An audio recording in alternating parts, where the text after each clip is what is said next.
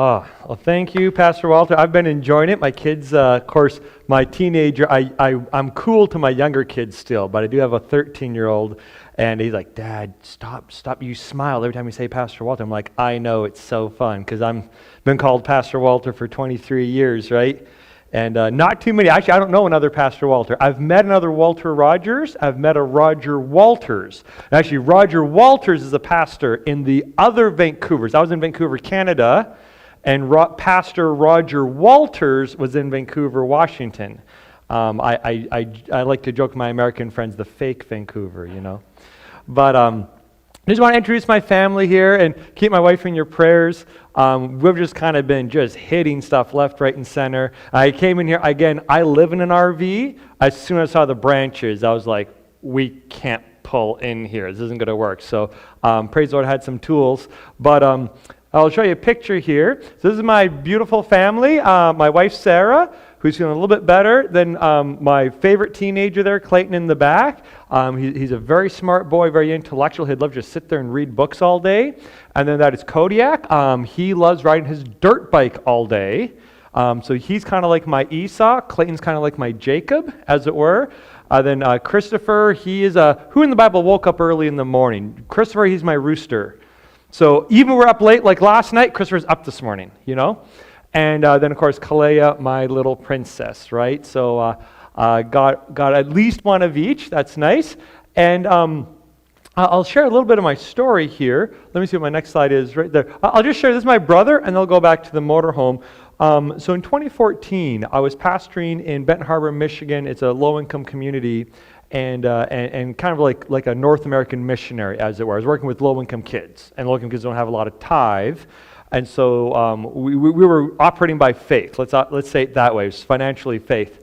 And I was there, and my mom called me crying. And you know, when a family member calls you crying, you think, okay, who got cancer? Who's in a car accident? Who died? And as she was crying, I was like, Mom, what's wrong? What's wrong? Of course, you know, fearing the worst. And of course, she's in the same city as my brother. So I'm worried my brother's dead, is literally what I'm thinking. And she was crying, and she didn't say he was dead. I said, Mom, what's going on? She says, Willie, between her sobs, Willie doesn't believe in Jesus anymore. And I was like, what? What do you mean? I mean, we grew up in a Christian family, went to a Christian school, graduated from the Adventist school there in Calgary. And all this. We're both baptized. And I was like, what do you mean? I didn't even know he was struggling in his faith. And then I called him, and I would call it like ex-girlfriend syndrome. You know, sometimes when people fall in love, that's the best person ever, and they break up, worst person ever. How'd I even like them? So he was in kind of like this phase with God, like he just broke up with God, and believing in God was the dumbest thing ever. How could he fall for that? You know, it's all fake, it's all a lie. You know, would talk back and forth, etc. And then you know. First of all, I was very sad he didn't talk to me before he broke up with God. It's kind of feeling like a doctor and a family member dies from cancer. You ever knew they had cancer? You're like, well, I'm a doctor. This is my job to know this area, you know? I know I'm not your doctor, but, you know, I know this area as a professional. And so he never talked to me first, which has always been very sad for me. But then what happened, I was listening to him, and he was talking about how it's all a lie, it's all fake, etc. And nothing he told me was a surprise, right? And again, you know, as a pastor, we're trained in this, right? We're trained in the big doubts, the big questions. Nothing he said was a surprise. And then he looked at me and said, well, how can you believe in God? Like basically, he didn't say this. Basically saying like, Walter, you're kind of a smart guy. How can you believe in God? Because believing in God is so dumb, is basically what he was saying. And that kind of challenged me a little bit. And I had this one moment, I call it my sweaty palm moment, you know, where we were going back and forth, and he said, Walter, listen, you have a super biased upbringing. You're born in a Christian home, you're raised in a Christian family, you go to a Christian school, you went to a Christian college, and you get paid to tell people about Jesus every week. Now, a lot of what my brother said, I was kind of like, yeah, you know, not a challenging question. You know, there's good answers to this, etc. We'll talk about that later. But this one actually hit me. I was like, he's right. Like all these answers I have to his questions, again, I got them from a one-sided upbringing, right? Christian home, Christian school, Christian college, Christian job, right? It's kind of like people who work for the oil companies are a lot less likely to believe in climate change than people who work for an environmental group, because they get paid by this organization. And again, not saying all truth is relative, just saying humans are influenced by our paycheck, are we not? I remember swallowing and be like, that's true. Then also I'm kind of like, not dizzy, but kind of just taken back a little bit. Well, do I really know? Because, if I grew up in a Muslim home and had Muslim parents, and went to a Muslim school, I went to a Muslim college, and got paid to be an imam in a mosque, right? And I was like, that doesn't make it true, though. It's what my parents taught me. And so I call it my sweaty palm moment, where I had already gone into the Bible for myself and learned about things and asked some hard questions, etc. But at this point, I was like, hold on a second. Do I really want to open this can of worms? Because I have had a very, if you want to say one-sided background, a very sheltered background. And I was like, do I really want to open this can of worms and really dive in? Because he's already gone, so he has all the comebacks, right? And I remember being on my laptop, and I had, the little plug-in mouse, right? Little mouse on a mouse pad. I remember thinking very hard. My palm was sweaty, and I was on Amazon. I was like, do I want to buy these books? Do I actually want to open this can? What I find out, it is all a lie. Well, I'm going to have to change my job. I'm not going to be up here preaching stuff I don't believe every week. That's going to be awkward. Number two, my family's going to be disappointed, but especially my wife. I mean, my wife loves Jesus. And no matter what scientific, intellectual arguments I give her, she's going to stay with Jesus and then with the kids, right? That's a big, how are you going to raise the kids? And I was like, do I really want to go into this with as open a mind as possible? Not just trying to find comebacks to his arguments. Do we really want to look for what's actually true with an open mind? Where am I willing to follow the evidence wherever the evidence actually leads? And for me, that was a very scary place to be. While I was there with my computer mouse, I actually have the book right in here that I ordered. I'll show you the book. I ordered this book on Amazon that as we were debating on Facebook, one of my brother's atheist friends, who was no longer in the church, said, well, you always hear this side of the Dead Sea Scrolls, but actually, if you really look at the Dead Sea Scrolls, actually show you the Bible is unreliable. Well, that's weird, because I always heard the Dead Sea Scrolls showed the Bible was reliable. Right? But again, I have a one-sided background. So I went on Amazon and I ordered the Dead Sea Scrolls book. I looked into it myself. And I looked into that one, and then what I found, actually, I went from being scared, and then with this was up against it, then I went to being mad, because the concern was saying some of the copies in the Dead Sea Scrolls, because there's like, almost 1,000 scrolls they found there, right? Every copy, every book of the Old Testament, except for Esther, was found there. So, some of the books of Moses there show that there's a big difference between this copy of Genesis and this copy of Exodus, the books of Moses, and this copy. It's like, hey, let me look into it. And one of the things I found, specifically, now follow me, said there was a big change, like I forget what percent, let's say a 10% change. So what you want to find, if you want to not believe in God, is you want to find a simple version of the Bible story. Right? Like, let's say just Moses. Moses was this nice guy, led the Israelites in a slave revolt, challenged Pharaoh, and made it out. Then you want to find a story with some miracles, like some frogs, some locusts, not too big, like some smaller miracles, then some bigger miracles. Then you want to find the big miracle, like let's say 500, 1,000 years later, the big miracle for Moses is crossing the Red Sea, where the ocean parts. And him and his brothers will walk through, and the Pharaoh's army goes in, and the ocean collapses on him. You want to see the story evolve.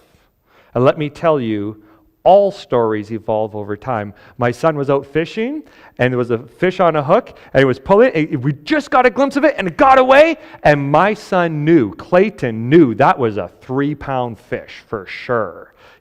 Of the more you tell the story, I caught a fish this big, this big. Well, that's what stories do over time. You want to see a small story, and then over time the story gets bigger and bigger. We'll talk about that tomorrow specifically. But with Moses, want to see, did the story get bigger over time? What I found was, in one copy, because there's 4 books of Moses, right? Like there's 4 stories of Jesus. There's kind of, in a way, 4 stories of Moses. Genesis, Exodus, Leviticus, Numbers, Deuteronomy. And so I looked over there, and in one book of Moses went up on the hill, gave a speech, right? Doesn't say what the speech was. Just says he went up on the hill, gave a speech, then finished the speech and went down off the hill. The other copy, a parallel copy, let's say, I forget what it was Deuteronomy, but one of the other books of Moses, said Moses went up on the hill, gave a speech, and gives you the words of the speech, the content. Okay? You tracking? Then came down off the hill.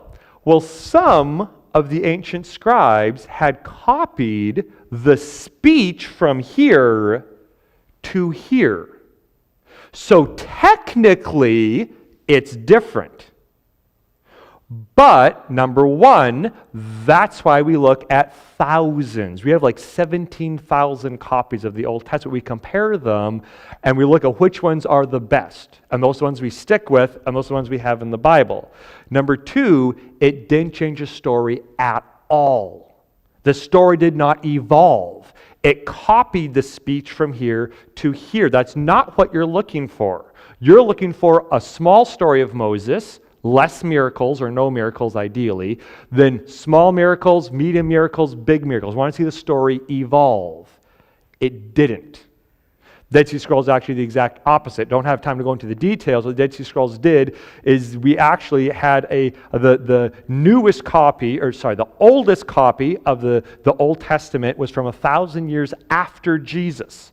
So we've had good copies of the New Testament for a long time, but not of the Old Testament until after World War II. 1946, a little shepherd boy threw a rock into a cave and heard a shatter. Went inside, found these old pieces of leather with weird scribbles on them. Some people thought they should make shoes out of them. Not lying. Some smarter people said, no, we got to check into this. Found out, there's thousands of copies of the Bible and other ancient books there. And of course, what it did is it took the Bible from 1,000 years after Jesus, some books of the Bible, to 300 years before Jesus. Okay? And just a real short mention, skeptics used to say Daniel was so accurate, because it has all these predictions, right? So it was so accurate that Daniel is written after all those events happened, pretending to be prophetic. Like I could write an amazing prophecy about September 11, because I saw it. And I could pretend to write it, 10 years before, right? But of course I'm writing it now. So kind of fake prophecy, right? It's history pretending to be prophecy. What the Dead Sea Scrolls did is it killed that argument. The Dead Sea Scrolls, using carbon dating, by the way, so sometimes us Christians get mad at carbon dating. Carbon dating is, we use that to show how accurate the Bible is, to show how old the copies of the Bible are, including the Dead Sea Scrolls. So using carbon dating and other techniques, push Daniel back in time so far that it actually proves that Daniel is prophetic. Now, the beautiful thing is we didn't have those copies until after World War II. So you have all these skeptics talking about how Daniel is too accurate. Actually, from 200 years after Jesus, this guy started saying that. And then the Dead Sea Scrolls pushed it back. So that was one instance where I said, let me follow the evidence wherever it leads. And what it did is it led me to the exact opposite. That yes, there were some books changed, but here's the truth. When people believe a book is holy, whether it's a Quran or the Bible or another holy book, they're extremely careful copying it. In fact, the Jews were so careful, when they made a copy, they would burn the old copy. That's why we didn't have old copies of the Old Testament, except for 1,000 years after Jesus, because the Jews were so fussy that burned the old copies after they made the new copy. Right? They didn't want the old copy to go rotten. And that's how fussy they are. And as we find more and more copies of it, we find people who are extremely careful copying the Bible, that it barely changes. right? It's really insignificant. We do not have an evolution of the Bible, as it were, like we do Alexander the Great, and we'll talk tomorrow about Santa Claus, and also King Arthur, the British hero King Arthur. His story evolves. You can just track it over 1,200 years. Amazing. So that's what I found. So what I've done now is, I've researched this for myself. I did all the research to try and convince my brother. Went back to my brother, said, how can you believe in God? And I tried to show him all this extra research I did, and I'll share some with you today. And it didn't work on him. But what happened in 2019, about 6 years ago now, I felt God tell me, Walter, you didn't have a chance to talk to your brother before he divorced God, as it were. So as a pastor, marriage counselor, I want to talk to people when they're having problems, not when they're divorced, right, Pastor? And you didn't have a chance to talk to your brother before he divorced God, right? You want to talk to him when he was having, the small problems with God. But you have a church, and there's 900 members in the church. You have people in your church pew that won't be there in 6 months, right? One thing my brother has said, because he came out just wide open, right? It's all fake, it's all a lie, all over Facebook, blah, blah, blah, blah, blah. Members of the church I grew up in Calgary, would come to him and say, you know what? I don't believe either. I just don't want to disappoint my wife. I don't want to disappoint my family or my husband. It's very interesting. They won't tell me that, especially as a pastor, and they think you're a believer. They won't tell you. But my brother, they would come and say. So now I know when I'm talking in churches, first of all, I'm talking because, it's very sad, but a lot of our young people, I don't know what stats are for Reform Movement, for Adventists, over half of our baptized young people are no longer in the church in 10 years. Right? By the time they're 30, by the time they're a young adult. And this has been going on since the 80s, right? So number one, there's people who are in church that aren't going to be in church in a while if they don't find answers to their questions. Number two, there's people who have already left. They no longer believe. They're just here to be polite. And so I want to talk with them. And then, of course, there's people who are new to church who are like, well, I grew up learning about evolution, right? And don't all the scientists believe in this? And do I have to choose science or the Bible? I don't want to choose that, right? And so that's where in 2019, God called me to share. I said, I'm just going to share openly, even make the church mad. And you know what happened?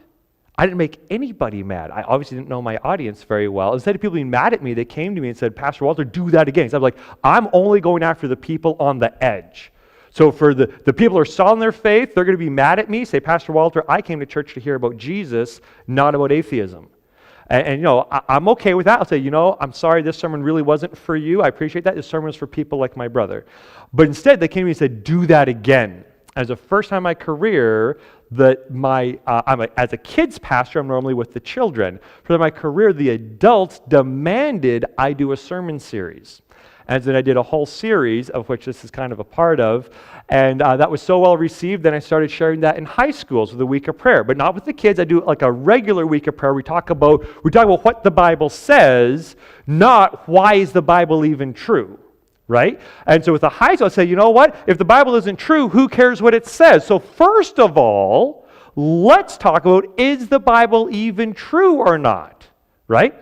And the high school loved it, and the elementary teacher said, hey, come do this with the elementary kids. I was like, well, half of them believe in Santa Claus. They're not doubting God's existence, right? I try to say it more polite than that's what I was thinking. And of course, sometimes us pastors don't listen very well. Sorry. No implication for the other Pastor Walter. But then later on, I brought it down to little kids, totally lost them. Then, of course, as a kids pastor, I reworked it. And then they started loving it. And we had so much demand that last year, 2024, we sold our house. I complained for 10 years my house was too small. God has a great sense of humor. So I sold my small house and moved into a large motorhome. And so that is our house. We own no home, no house, motorhome. And then we're not pulling two things with it. That's just a trailer we had. It's at my dad's house. What we're doing most places, we have the pickup behind. So the pickup is our minivan / my office, basically, right? Because I need to research and need to get away from my kids. I love them. They're just crazy, as most kids are. But they're beautiful and crazy. So my brother goes, how can you believe in God? And then he has kind of, a lot of his questions are kind of standard, what you will hear. as you look around, you talk to your neighbors, etc. I was at a campground 2 days ago talking to the neighbors there, former Catholics, and just kind of a few questions. How can you believe in God? Let's say, well, first of all, you just believe what your parents taught you. Gulp. That's true. I do believe what my parents taught me. Number two, the Big Bang created the universe, not God. So as you go to most universities around the world, right, Big Bang is now a pretty much a standard accepted thing by most scientists. Whether you agree with it or not, that is a thing, right? So we don't need God, we have the Big Bang. Number three, we don't need God to create animals, we have evolution. Again, you go to University of Toronto, University in Ottawa, any of these big universities, they're going to tell you evolution is a fact, period. Right? Most nature shows evolution, evolution, evolution, right? So evolution explains life. We don't need God. Number four, Jesus is a legend, an evolving story like Santa Claus or King Arthur, right? And so, these questions, they can be pretty serious, pretty scary. Well, the first one is, let's talk about science. So you research science, and the truth is 85% of people believe what their parents believe, especially if both parents believe the same. So both parents are Muslim, both parents are Christian, both parents are Buddhist or whatever, that about 85% of people will believe what their parents taught them as kids. Okay, so let's go to the second one. The Big Bang created the universe, not God. So I went and I did some research on the Big Bang. You guys ready? All right. So, if you go to a beach, such as this beach here in Vancouver, and you see these rocks perfectly balanced, what is the most scientific or intelligent answer how they got there? Was it a tornado, a tsunami, an earthquake, or a dump truck just dropped a bunch of rocks? Or do you think an intelligent being carefully balanced them just right? Now, you never saw them do this. You have no evidence, right? You have no evidence of how the rocks got there. All you see is the rocks where they are now. What's the most scientific conclusion? Random luck? A human put them there on purpose with a lot more skill than Pastor Walt. There's people on YouTube, this is their full-time job. They make YouTube videos of doing this. That's actually a career, by the way, okay? And they'll take hours to get them just right and not smash their toes, okay? So a question I have today, just looking at the evidence, how lucky until you say something is a miracle? Because some things are luck, some things are bad luck, and some things are a miracle. So if my gas light was on today, right? It was the light came on, the next gas station that was available, I stopped and I put gas in. Was that a miracle that I made to the gas station? No, that's just science. That's just there was extra in the tank, right? But other times there might be a miracle. So first of all, let's set up the playing field. So we're going after the real basics, okay? Here's the first question. Before we talk about Jesus is a very specific version of God. Let's say, is there any version of God or is there no God? Now, if there is no God, right, atheism, everything has to be random luck. That's your only option. Everything is an accident. Everything is random chance. Are you with me? Okay.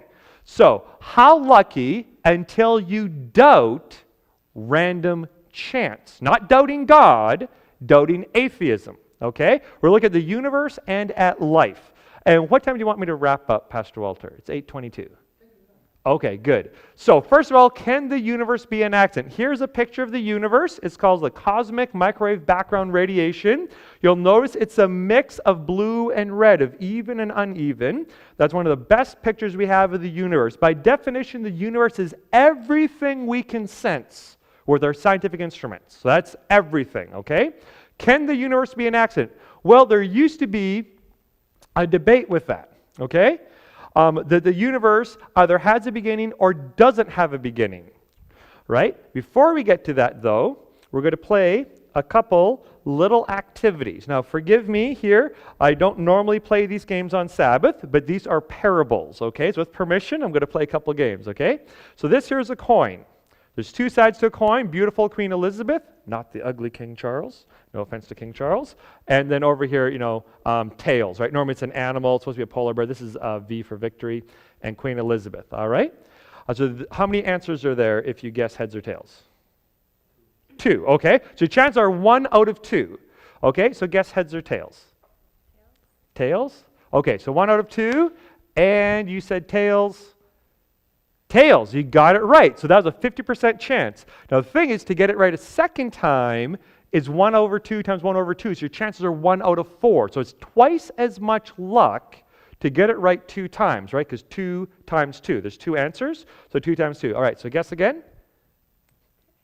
Heads, all right. Let's see. Heads. Woo! Good for you. What's your name, young lady?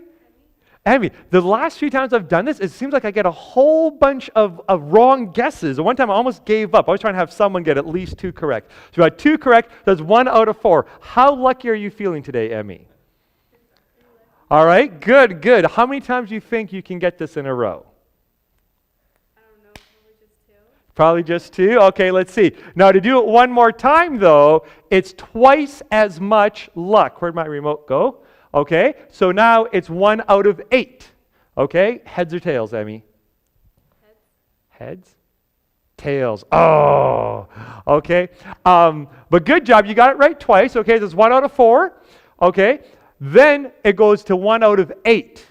Every time he gets it right, it's twice as hard, right? It goes 8, 16, 32, 64, 128, 256. I had one kid in northern BC guess it 9 times. So that should only happen 1 out of 512 of these sermons. One time, you'll get one kid doing it 9 times in a row. He almost proved me wrong. I was like, if he keeps going, it's gonna prove my illustration wrong. But the thing is, to get it right 10 times in a row, I'm not worried, because that's 1 out of 1,000. I need to play the game twice as many times to get it right, 10 than 9. So it's not a little bit harder, it's twice as hard. You with me?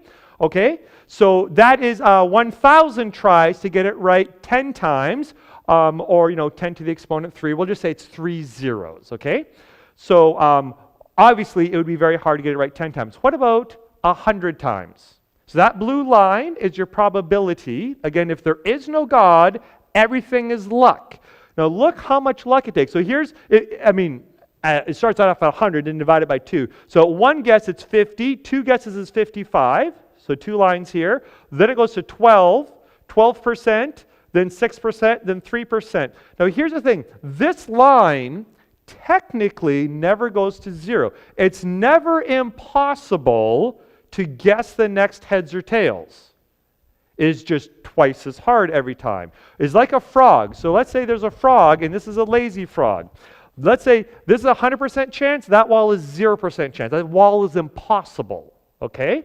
The first time the frog jumps halfway, he's not touching the wall. The next time he jumps halfway, right? 2 answers, 1 over 2. The next time he jumps halfway, halfway, halfway, halfway, halfway. Technically, the frog can jump 1 billion times. Technically, he never touches the wall. But at what point is he so close that you're like, he's pretty much touching it? At what point do you say something is impossible by random luck, something cheated? If Emmy got it right 10 times in a row, would you call her a cheater? Yes? No? Maybe? Okay. If she got it right 100 times in a row, that's 31 zeros. That's a lot of luck. It's very unlikely to get it right 30 times in a row. Let's play another game here. I'm going to do a scientific experiment with you. All right. Who here wants to play Uno? It's probably the only time you're going to get to play Uno on Sabbath. I do not play Uno on Sabbath normally, but again, this is for Jesus. So who wants to play an Uno game with me? You right there. You look like you want to play Uno. Come on up here. All right. I need a volunteer to hold my cards. Who can sit still? I'm going to pick a girl. Girls usually sit still better than boys. Can you come up here? You look like you could just kind of sit still, not wiggle a whole bunch, I love my boys, but the guy just got to wiggle and move all the time. All right, come on over here, young man. You can wiggle a little bit. It's okay. All right, you just stand right here. Okay, so let's see his cards here. A 6, that's not too bad. Let's see how I'm doing. Oh, that's a nice card. It's Happy Sabbath to me, all right? Just kind of hold that up so everyone can see. All right, a 5, that's not too bad. Let's see my card. All right. See, his card is 0. All right, why are you laughing? Why are you laughing? What? It's that you have 0 evidence I cheated. All the cards are in the deck. There's 8 wild cards in every Uno deck. Well, every standard Uno deck, right? And why are you skeptical? Don't you have any faith? You have 0 evidence I cheated. Why are you saying I'm a cheater? You guys are very polite. Usually, I just saw you laughing. Usually, a kid will blurt out. Your kids are very polite. Will blurt out, cheater! And I've done this experiment many times. Let me ask you this. How many cards, let me see, is that 8 yet? 1, 2, 3, 4, 5, 6, 7. Oh, that should be 8 in there. Okay, should be 8 in there. How many cards did I have to pull out before you were like, yeah, no? How many cards? 2? 2 or 3, okay. Hold up your fingers. How many cards you're like, this guy's cheating? 2, hold up your fingers. All right, so I just conducted a scientific experiment with you to see how much faith in random luck you had, like the balancing rocks, okay? 1 card is 1 out of 14. So the first card, that's probably 1 out of 14 games. That's reasonable. 2 cards is 1 out of 200 games. I rounded, right? So approximately. 3 cards is 1 out of 4,000. Most people will call me out at 3 cards. Most people have faith of 1 in 4,000. After that, they say somebody cheated. And of course, at 4 cards, you're 80,000. To get all 8 cards, it's 1 in 400 billion. Okay, that's 11 zeros. So if I were to play, what's your name? Oscar, okay. If I were to play Oscar, I would have to play him 5 games an hour. This is not very lucky right here. Can you press next on the laptop there? 5 games an hour, 24 hours a day, 7 days a week. This is possible if we played all day, every day for 8 million years. All right? So again, just looking at the luck, you guys just kind of know, like, this isn't going to happen, right? It's too improbable. All right, thank you so much, by the way. Just put those cards right here. You can watch me cheat later on when I put the cards back together again for the next victims. I mean, the next volunteers. We're just going to leave these up here as a reference point. Okay? And so what I'm doing here is I'm not just trying to reaffirm faith, especially if people are having doubts, let's have an honest conversation, right? How much luck do you believe in? And some people say, well, I don't want to just believe in God for things I can't explain, a God of the gaps. So like, we don't know why the sun sets in the west, just God did it. Or why the sky blue, just God did it. Well, with science, we study, and we know why the sky is blue, and we know why the sun sets in the west, because we're spinning, right? So as science answers more and more questions, our God, some people say, our God gets smaller and smaller. I want to do the opposite. I'm not looking at what we can't explain with science. I'm looking at what we can explain with science. Okay? And one of the things is probability. So here's your balanced rocks. Now the universe is also balanced extremely well, and scientists say it shouldn't be balanced. Right? Like flipping a coin. It should just be random luck on the balance. Okay? So here's where it comes from. So there's a Christian man, he's a Catholic, named Edwin Hubble. You might recognize his name from the Hubble Space Telescope. In the 1920s, he's looking through his telescope. And what scientists can do, it's really amazing, they can look at stars or fuzzy stars. You know what fuzzy stars? Like, there are different stars. So some stars in the sky are planets, right? We can see them. They're planets in our solar system reflecting our star's light, the sun, okay? Most of the stars are actually a sun, and you can't see the planets around the sun because they're not bright enough, right? They're too dim unless you have a really good telescope, okay? So most of the stars in the sky are stars, burning balls of gas, okay, billions of years away, or billions of miles away, to quote Pumbaa. And then the planets, there's a few planets that we can see, Mars and Jupiter and Saturn and Venus, etc. And then there's fuzzy stars. Fuzzy stars are galaxies. So since mankind's been around ancient Babylon, we can see the stars are moving. Anybody can see that, right? Anyone who pays attention. So a question scientists had is, what kind of universe do we have? Some scientists would say, well, the universe had a beginning. Of course, the Bible says the universe has a beginning, a very fundamental principle. Some scientists would say the universe is just moving around like water in my jug. I put some sparkles in there, right? It moves around, but it stays the same size. If the universe stays the same size, it would be eternal in the past. The universe always existed, never had a beginning. If it never had a beginning, you don't need a creator. There's no creation, don't need a creator. You with me? So that's an important argument. We weren't sure, so we're looking at the evidence. So Edwin Hubble started looking through his telescope at the fuzzy stars. Of course, fuzzy stars aren't a star. They're billions of stars in another galaxy. And you can hear when a car is coming towards you or when it's going away from you, called the Doppler effect. Comes towards you, the frequency is higher. Goes away from you, it's lower. Scientists, evidence, can look at stars or galaxies, and if the light is coming towards, if the galaxy is coming towards us, the frequency is higher. The light frequency is higher, or the light frequency is lower, it's moving away from us. Just like a car does when it goes past you. Well, Edwin Hubble started looking through his telescope in the 1920s and measuring where the galaxy, or if the galaxy was moving away or towards us. And as he looked through his telescope, he noticed that, like these green dots on this toy, all the galaxies, almost all the galaxies, were moving away from us. And the further away they were, the faster they were moving.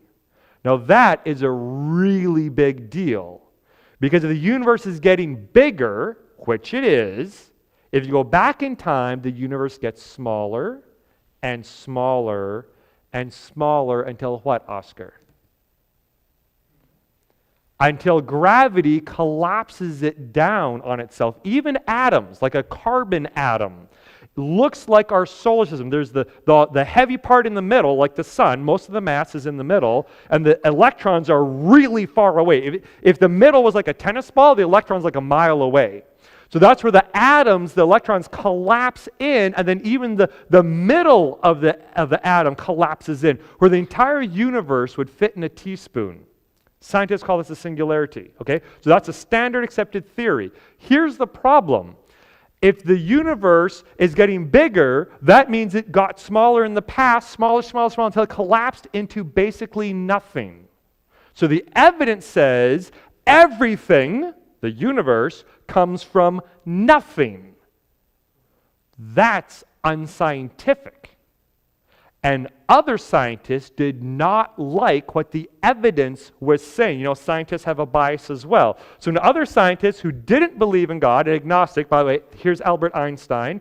He was not an atheist. Edwin Hubble, also not an atheist. So I really dislike saying scientists say. I was like, well, which ones? Right? The ones who believe in God, or the scientists who don't believe in God? Because there's a lot of scientists who believe in God. Another scientist, though, one of them that didn't believe in God, his name was Fred Hoyle.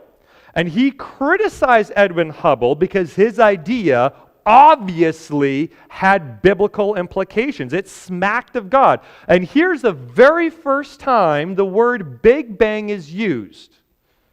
Okay? Now I'm going to read this slowly. This is Fred Hoyle, who doesn't believe in God, criticizing Edwin Hubble, who does believe in God and is just doing science. He actually wasn't trying to prove God. He did science and just found the universe is getting bigger. Okay?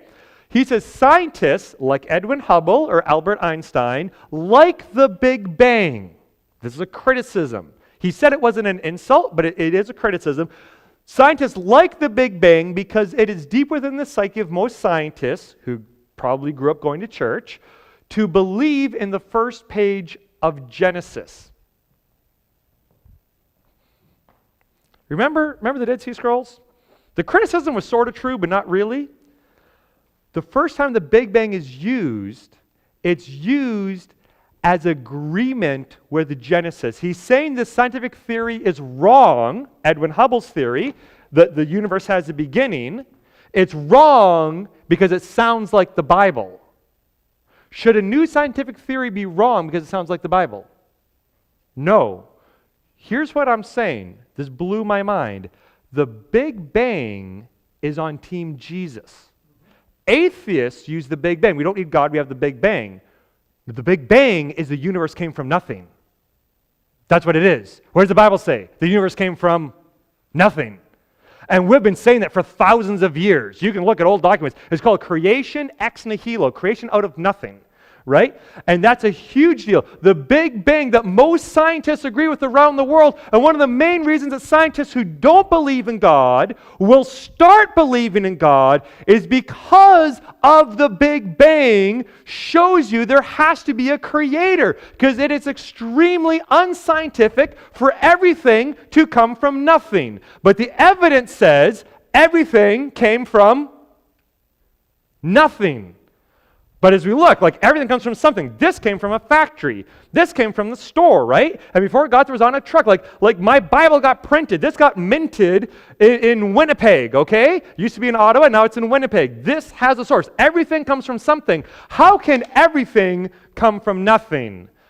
That is why the Big Bang sounds like Genesis. Big Bang is on Team Jesus, and us Christians should stop arguing with the scientific community about the Big Bang, because the Big Bang is one of the best evidences that actually change people's minds to believe in God from not believing in God. Okay? Now, another thing that scientists have found, not only does the universe come from nothing, but when the creation moment happened, it had to be at just the right speed. If it was too fast, all the little atoms would go like cosmic dust. And it would spread out too far, and there wouldn't be close enough for the gravity to collapse the cosmic dust into stars and into planets. If there's no stars, no planets, no life. You with me? You have to have stars and planets, and we can see this happening right now. I actually have a picture of it right here. Wait for it. Oh, come on. Can we go back a slide? I have a picture of God forming new stars in the Horsehead Nebula. All right, we're just going to go forward. Go forward. We'll skip it. Technology is arguing with us today. If we can go forward a couple slides.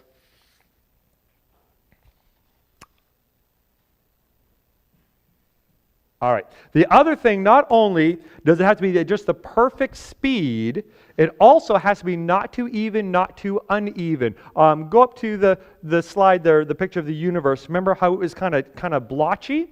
You see, when I make toast, I like to spread my jam nice and even, right to the edges. Well, in the universe, okay, at the moment of creation of the universe, if the universe was too even, you would just have dust. It would just be spread out very evenly, and you'd have no stars, no planets.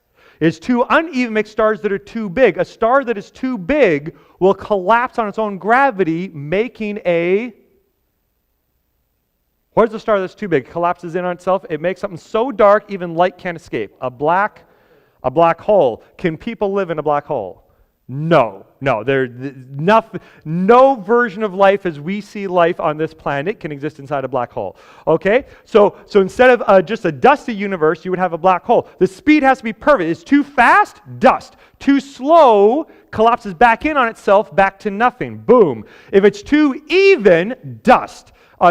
Cosmic particles. If it's too uneven, the stars are too big, they don't form planets, and they collapse into black holes, so there is no life. But we look around and we see life, we see stars, we see planets.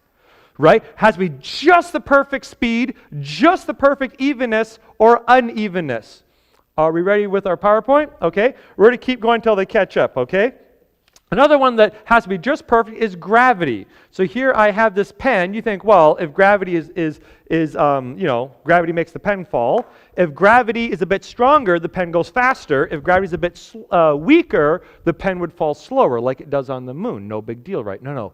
Absolute gravity, right? How much gravity between a carbon atom and a carbon atom? Right? That gravity that's, however far apart it is, right? If gravity, again, was just a little bit weaker, you just have particles, like a dusty universe, no planets, no life. You'd have a universe, but it'd be dead. Or, if the gravity's just a little bit stronger, it would collapse back into a bunch of black holes or a singularity. Again, so perfect that there's a term, it's called fine-tuning of the universe. As scientists look at the universe, and we'll see if we get any more pictures up here. As scientists look at the universe, they see the universe is like a guitar, a violin, a piano, or a ukulele. That it has to be just tuned perfectly. And if it's a little bit too loose, it's out of tune. A little bit too tight, it's out of tune. And all the tunings have to be just right.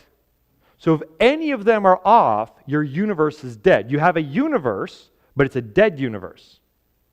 And so scientists look at this. A lot of these variables come from atheists. Just in my simple research, I found 30 dials on the universe. 30 variables on the universe have to be perfectly balanced, or the universe is dead. But the universe isn't dead. The universe has life in it. And the life shouldn't be here. We should not be here. There should not be a universe, and there should not be life in the universe. But it is here. How can it be here? We look at the improbability of it. It is crazy. All right, the slide isn't quite up there. I'm going to read a quote. So Stephen Hawking, who came out and said, he doesn't believe in God. He's the brilliant scientist, really smart man in the wheelchair. By the way, not a good theologian. You'll notice that sometimes people are really good in one area, not another area. He said this: the laws of science, again, this is from someone who says there is no God. The laws of science, as we know them at present, contain many fundamental numbers, like gravity, the even or unevenness, the speed of expansion, right? There's 30 of them. Contain many fundamental numbers that seem to have been very finely adjusted to make possible the development of life. Of course, he's talking about evolution. But it's to have the possibility of life. The universe is perfectly tuned. Now, how specific is it? You guys called me a cheater at about one in a couple thousand, okay? 3 cards. Is 200 is 2 cards? 3,000, I think it's 3,000 or 4,000 at 3 cards. How many zeros behind this? Gravity. Gravity, just the way at which things fall is 60 zeros. Every zero is not a little harder. That's 10 times harder. Remember, the coin here was 2 times harder? Every zero is 10 times harder. Gravity is 60 zeros. Well, there's 31 dials on the universe that make it perfect, and there's 2 of them. The number's so big, I preached it wrong around the world, okay? I was in Hawaii. I know sacrifices I make for ministry. I was in Hawaii about to preach this sermon, and I realized my data was wrong. Because there's 2 variables, there's 31, 2 of them, I lined them up from the smallest number to the biggest number, and 2 of them is 10 to the exponent 10 to the exponent 123. And what I had put on my PowerPoint was 10 with 123 zeros. That's 10 to the exponent 123. But it wasn't 10 exponent 123, it was 10 to the exponent 10 to the exponent 123.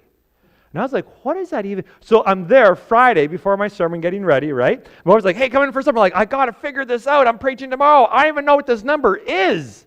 Like, it's a double-decker exponent. What is that? And I was like, they're just like for 3 hours just pounding out my keyboard, Googling it, figuring it out. This is what it is. There's so many zeros you can't write on paper. There's so many zeros, if you took a pen and you wrote a 0 on every single atom in the entire universe, not grains of sand at the beach. Like each grain of sand is like 1 billion atoms or something. Like there's a lot of atoms in a grain of sand. The entire universe, every atom had a 0, it wouldn't be enough zeros. These are numbers I'm getting from atheists and agnostics. At what point do you doubt atheism? Because if there is no God, that's how lucky we are to even exist in this universe. Not even life, just the universe that life is possible in. Right? Like there could be life in here, but I can kill this water. It's dead. Life is possible. There's no life introduced. I have to add life to it, right? Just to have an environment where life is possible is so many zeros. If you wrote a 0 in every single molecule in the universe, is not enough zeros. So what point do you say it takes more faith to not believe in God than to believe in God? Again, it doesn't answer all your questions. But if there is no God everything is random luck. How big a number do you need before you stop believing in luck? You called me a cheater at 3-0. Unless you didn't call me a cheater, but you started laughing at me, right? You said it's stacked, right? How much luck do you need before you doubt the luck? All right, now that's just with the universe. I have a video here. I guess it's not playing right now. When I realized how big this was, I was like, well, how can any scientist not believe in God? Like, if you know this, like that's too much luck. Like, that's crazy. And so I Googled critique of the fine-tuning of the universe. So there's two things. The universe has a beginning. That's one big problem to not believe in God. Number two, the universe is perfectly tuned for life. That's a second separate problem to not believe in God. I was like, how can anybody not believe in God? So I looked up the scientist, this famous scientist in New York City, at New York University. He's an expert in string theory. And he comes out, and in his interview where he's criticizing people who believe in God, and they're talking about the universe being perfectly balanced, he's like, the universe is too lucky. Even Vegas wouldn't give you those odds. If you go to Vegas and you win too much, they'll kick you out. No evidence you cheated. They have cameras everywhere to look for evidence. If they have no evidence you cheated other than you're just too lucky, they will kick you out. So this scientist says, even Vegas wouldn't give you those odds, but no, it's not God. And then with a straight face, I'm looking for him to laugh. Look at his eyes, waiting for him to laugh. With a straight face, he says, it's a super advanced civilization made the universe. Aliens. I'm like, what? I'm like, wait, is he joking? I'm waiting for him to smile. It's like, I had fruit. I had some Pop-Tarts. I had strawberry-flavored Pop-Tarts. I had some fruit. It's like, no, that's not fruit. That's a Pop-Tart, right? I'm waiting for him to joke. And he's not joking. And he keeps going. He's like, super advanced civilization, unimaginably advanced alien civilization would make the universe. And would keep making baby universes. And I was like, where'd that alien come from? And number two, if there is an alien who is so powerful, or aliens, could be plural, if they're so powerful to create this insanely huge universe, like it is so big, perfectly balanced for life, that alien is so much smarter and so much more powerful than us that we should respect that alien so much, we would call that respect what? Worship. And we would call the alien God. It is amazing. There's these brilliant people saying some really unbrilliant stuff. This does not answer all of our doubts about God. I'm talking about doubts that there is no God. If there is no God, everything is random luck. How much are you willing to believe in random luck? Are you willing to say there's aliens? Because aliens, again, goes back, where the aliens come from, because the universe is everything. And then the alien would have to be outside the universe, but that's impossible because the universe is everything. It has to be something outside of physics, metaphysical. So again, what do you call things that are metaphysical? God. Okay? So you see the illogicalness of not believing in God, and we're people who know the evidence. If they're not believing in God, they start blaming aliens. Okay? That's where we're at, and I'm sorry, that's not scientific. The other area is, can the universe happen by chance? I don't believe so. I do not believe in that many zeros. Again, it's 123 zeros. Like 10 to exponent 123 is the number of zeros for the number, right? And the number of atoms in the universe is 80 zeros about. So that's why 123 is more than 80. So let's go to the next area here. Can there be life? Now we're going to play a little different game of luck here. So we just switch it around. So we talked about the coin here. Okay, how many answers on the coin? 2. So every time it's twice as hard. How many answers on the dice? 6. So if someone guesses a number between 1 and 6, young man right here, guess the number? 3. 3, okay. 3, that's 1 right answer. How many wrong answers? 5, okay. How many wrong answers? 1 wrong answer. 1 right answer, 1 wrong answer. 5 wrong answers. So this is 5 times harder than this. Let's see if you got it right. 6. All right, young man in the green, guess the number. We just got 6. What are the chances? Oh, you almost had it. It's 2. Let's see over here. Young lady, guess the number between 1 and 6. 4. Yes, you got it. 1 out of 6. Good job. What's your name? Natasha. Excellent, excellent. Whenever I hear that name, I always think of a Russian spy because of a cartoon I used to watch as a kid. All right.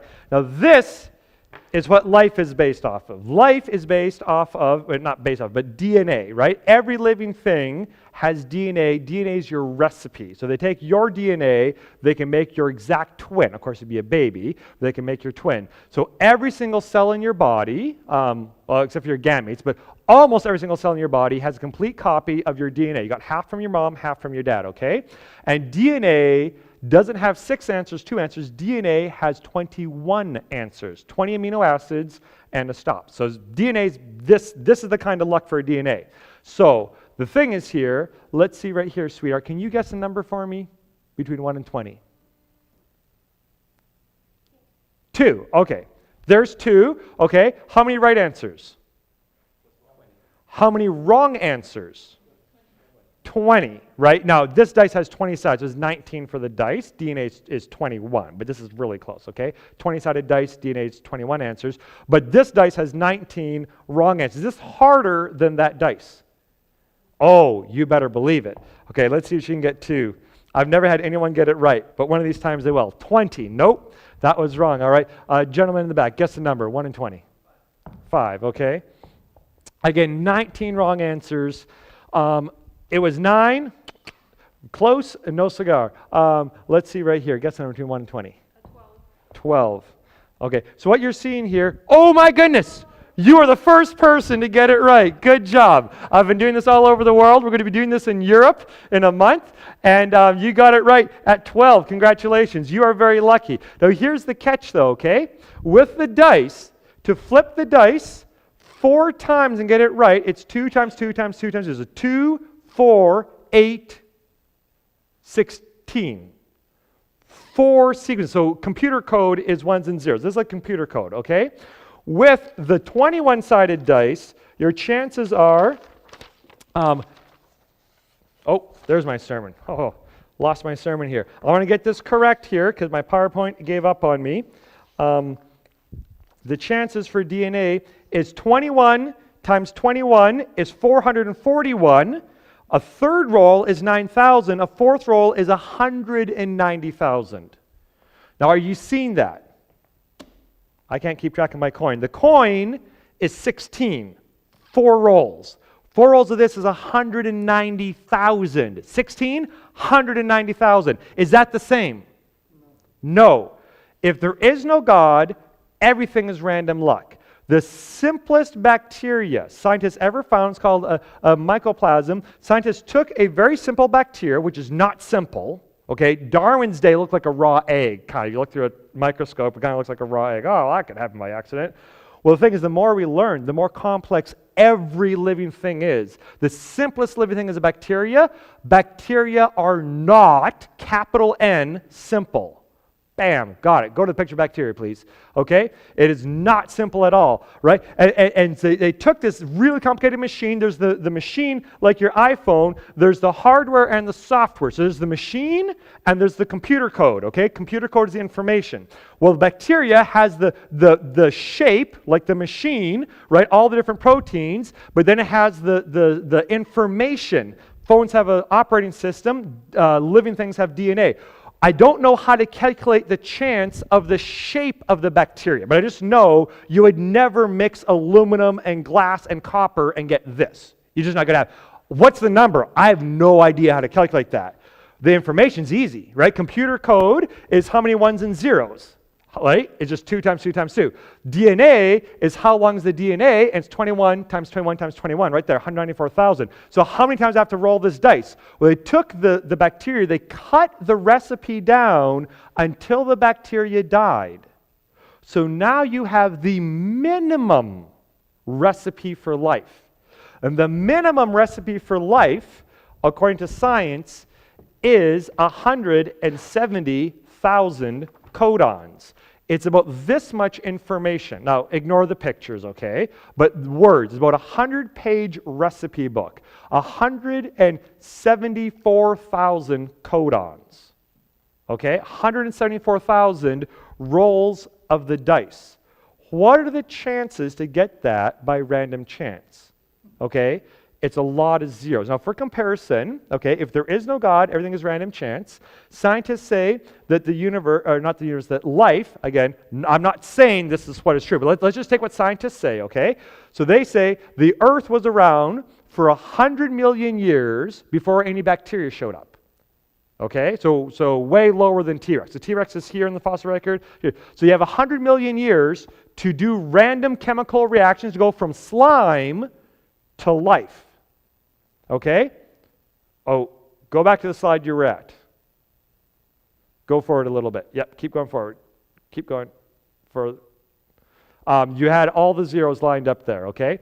And they said 100 million years. Well, I Googled, or I didn't Google it, I used AI to calculate how many chemical reactions you could have in 100 million years. Again, I'm not saying it's 100 million years. I'm saying let's just take what they say, okay? That right there is the maximum chemical reactions for 100 million years on the entire planet at the maximum reaction rate. Of course, chemicals never react at the maximum rate, right? It's never perfect conditions all the time. But saying give them the maximum roll dices, that is 50 zeros, okay? That's a lot of roll dices, okay? So let's say, well, that's big, but how about the entire universe? The entire universe, scientists say the universe is 14 billion years old, which for me, doesn't matter to me, because how old is the universe? I have no idea. So old universe, no problem for me anyhow. But let's just take the standard idea, the entire universe, how many chemical reactions, the entire universe since the Big Bang, that is 100 zeros, about. That's a really big number. By the way, 100 zeros is a really big number. How many zeros do you need to get one DNA molecule? It's like a password. I totally just dropped that. If you can get back to me. How much to guess a password this big? Okay? It's not 50 zeros. It's not 100 zeros. It's not 1,000 zeros. Next slide. It's 230,000 zeros. That's the zeros there. Can you count them? Go back one slide. So this is all the possible chemical reactions in 100 million years on Earth. All the possible chemical reactions. Again, every zero is 10 times harder. For the entire universe is 100 zeros. Next slide. This is how many times you have to roll the dice to get one proper recipe book in DNA for bacteria. Plus, you need the machine. This is just the software. The operating system, right? Plus you need the hardware, because DNA will just disintegrate. You have to have a machine that protects the DNA and duplicates the DNA, like a photocopier, okay? That's the zeros. You're not even close. You're not even in the right universe. Life is impossible without God. Just the DNA. Again, I'm not explaining everything on the fossil record. I'm not arguing about T-Rex or anything else or Neanderthal. I'm just saying if there is no God, it's random chance. If there is no God, you can't get this much DNA. Not even close. In the entire universe, 100 zeros. Simplest bacteria is 230,000 zeros. It's so big, it crashes my laptop. It's so big, Google can't tell you the number. Right? I went to exponent. It took me 3 hours to get this crazy number. Even the big exponent calculators won't tell me the number. It's 21 times 21, 174,000 times. Right? 174,000 of these, because every single letter is a dice roll. Okay? And it's really simple to think of, but really hard to get. I had to go, again, about 3 hours to just get that number, and then I copied that many zeros. You copy and paste, keep it bigger, into my screen, and then it crashed my laptop. So I had to screenshot it. That is a picture of the zeros, not the actual zeros. So at what point do you say you doubt your doubts? Okay? How much faith are you willing to have in random luck? If there is no God, you believe in an impossible universe that comes from nothing, an impossibly balanced universe. So many zeros, you can't write the zeros on every atom in the universe and have it be enough zeros. And bacteria, just the simplest bacteria, you cannot go from slime to bacteria. Bacteria aren't simple. Simplest life is not simple at all. At what point do you doubt your doubts? At what point is it more scientific to believe in God than to not believe in God? Okay, let's go to the next slide here. Here's a scientist who grew up as an atheist. His dad was an atheist. His grandfather was an atheist. His great-grandfather was an atheist. Third-generation atheist. Parents were actually communists, part of the Communist Party of the USA. Okay? And this guy is a biochemist. He looks at the chemicals of life, like DNA. Did not believe in God. Came across this stuff, because if there is no God, you have to go from slime to bacteria. And he said, there is no way. As I've researched, right, just the real basic questions, is there a God or not? Okay, we'll get to the Bible tomorrow. He just found there's no way. He became a Christian. There's three main areas, actually four main areas I've found. Let's go to the next slide. That intellectuals, university professors, scientists, etc., who don't believe in God change their mind. Those four main areas. Number one, the universe has a beginning based on evidence. Okay, not God of the gaps. Number two, the universe is perfectly tuned for life to even exist, for life to be possible. Okay. Really, really unlikely. Number three is life from non-life. Again, not enough chemical reactions in the universe to make one bacteria DNA. Okay? And the fourth one is historical evidence for Jesus. None of these things I learned about when I was a teenager. I don't know why. We learned about some other stuff. And this is like really, really heavy-duty stuff. How do you explain these things without God? Okay? Tomorrow we're going to talk about the evidence for Jesus. Next slide, please. All right. The Bible said this a long, long time ago. I love science. I love getting into it. But there are certain things that literally the Bible said it first and science caught up to the Bible. First of all, the Bible said in Hebrews 11, verse 3, by faith we understand the universe was formed at God's command. So what is seen was not made out of what is visible. Okay? That's by faith. Well, now we have the science to back it up. Number two is I praise you for I am fearfully and wonderfully made. David was a prophet when he wrote this.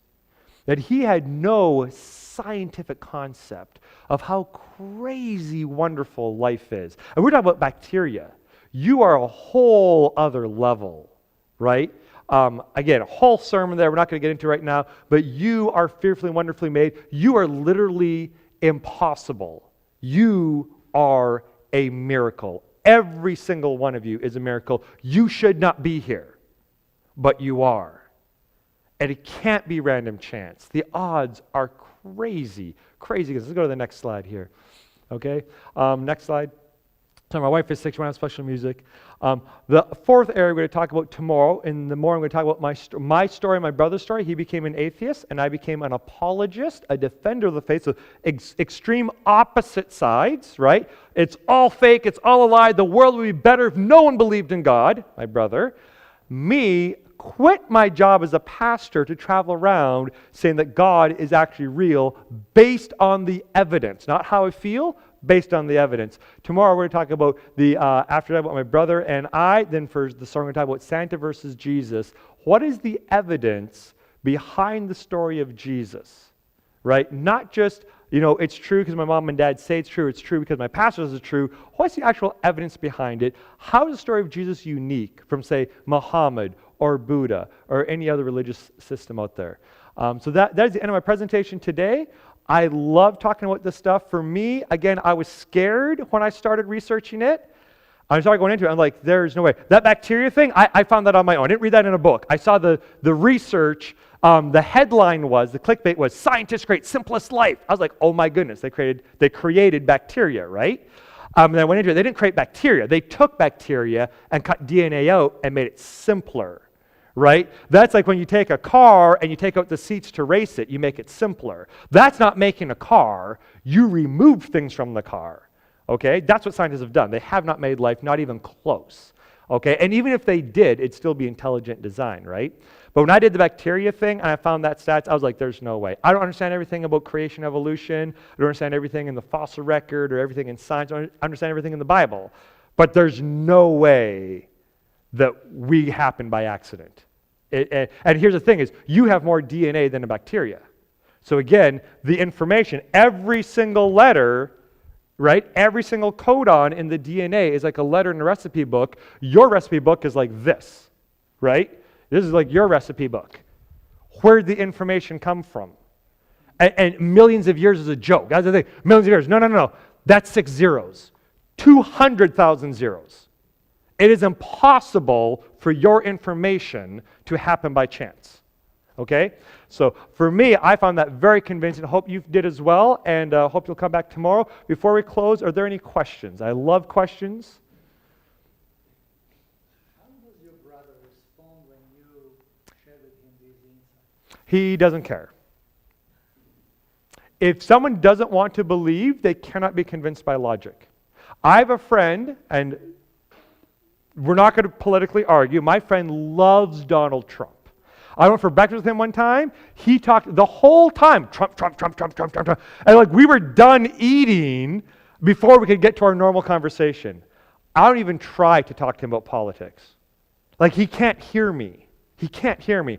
I'll share more about my brother. My brother wants to live like a chimp as far as romance goes. He wants to sleep with whoever he wants, anywhere around the world. So when that's the lifestyle you desire, you don't want to believe in God because God says that's not right. So he believes that marriage is oppression, okay? Which again is unscientific. I've researched marriage, and just a little side note, the people with the best romance lives are people who are married. Also, people who wait till they're married have the best. The second best thing, if you don't wait till you're married, I didn't. I should have. I didn't. The second best thing is when I came back to Jesus, then I stopped and I waited till I was married. Then, right?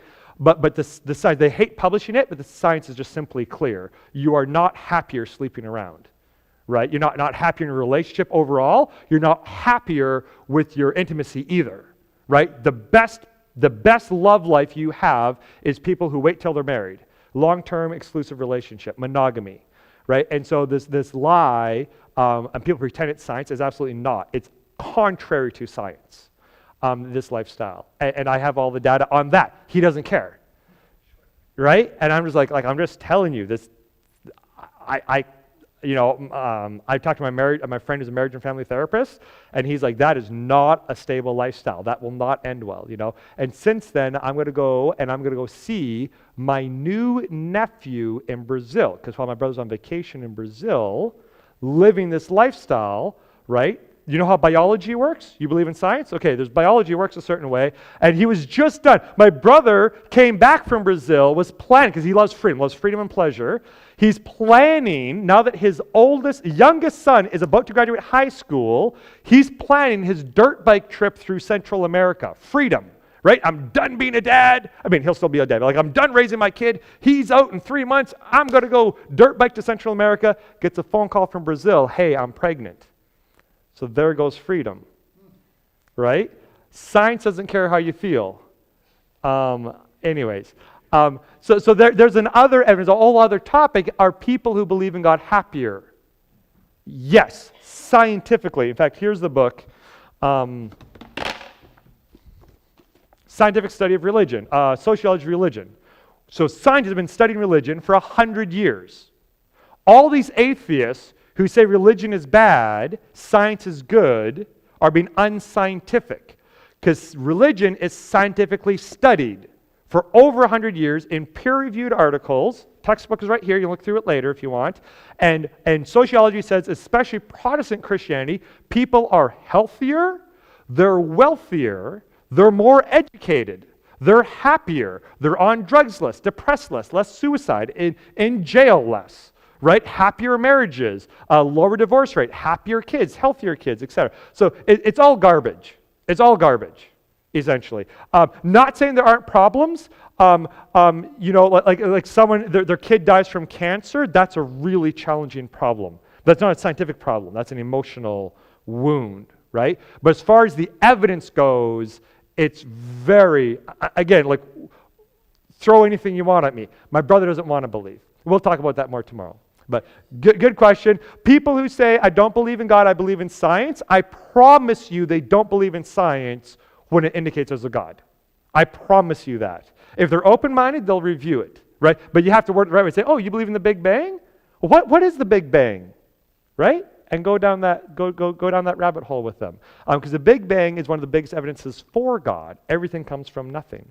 And God said in the beginning, let there be light, right? Well, big bangs, explosions have a lot of light. Anyways, any other questions? If not, we can. If not, great. Yes. So maybe this will be tomorrow, but when you go to Genesis 1, Mm-hmm. there is a trend or like a current today, people that say like in between day 1 and day 2, there was like a big gap. How do you feel? I was listening to a university lecture as I was driving my motorhome here, going over there. It makes your head spin. There's like 10 different theories on it. Let me quote my father, who I grew up as a Reform movement member, and my dad, for most of his life, was Reform movement. For me, I don't see any theological problem with an old universe. Because before Adam and Eve, there was all the angels in heaven, however long they were there. Then Lucifer rebelled, and then they had a war, and then Lucifer and a third of the angels got kicked out. So as Seventh-day Adventist, as Reform movement people, my first non-Adventist sermon. How am I doing?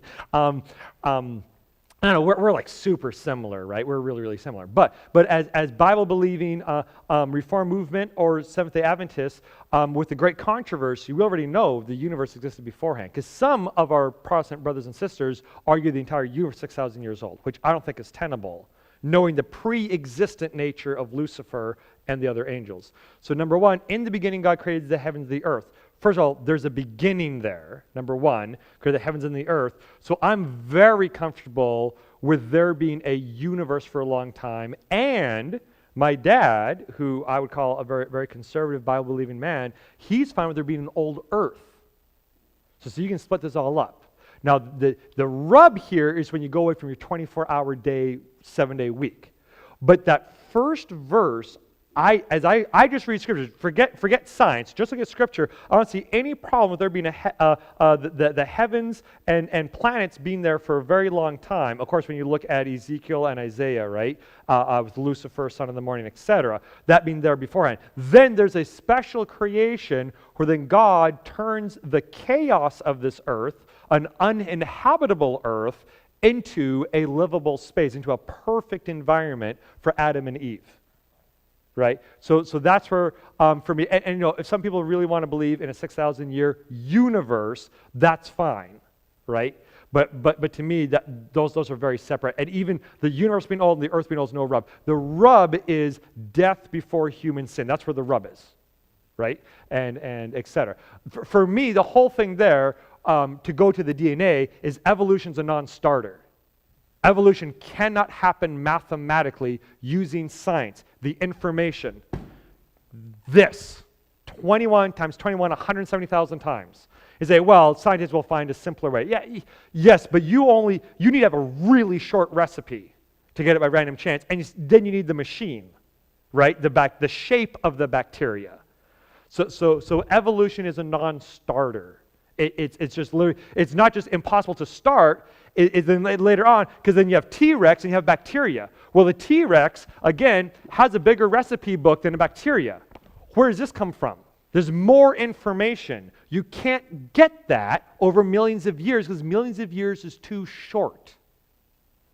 Right? It blew my mind. I did the research. I was like, millions of years is a joke. That's nothing. Right? And so you're just with this failed concept. It just doesn't work. Right? So again, going back, eventually science will catch up with the Bible. In several other areas it has, right? Actually, many other areas it has. It's been really amazing. But yes, did that answer your question? Okay. All right, ready for closing prayer? 9:17.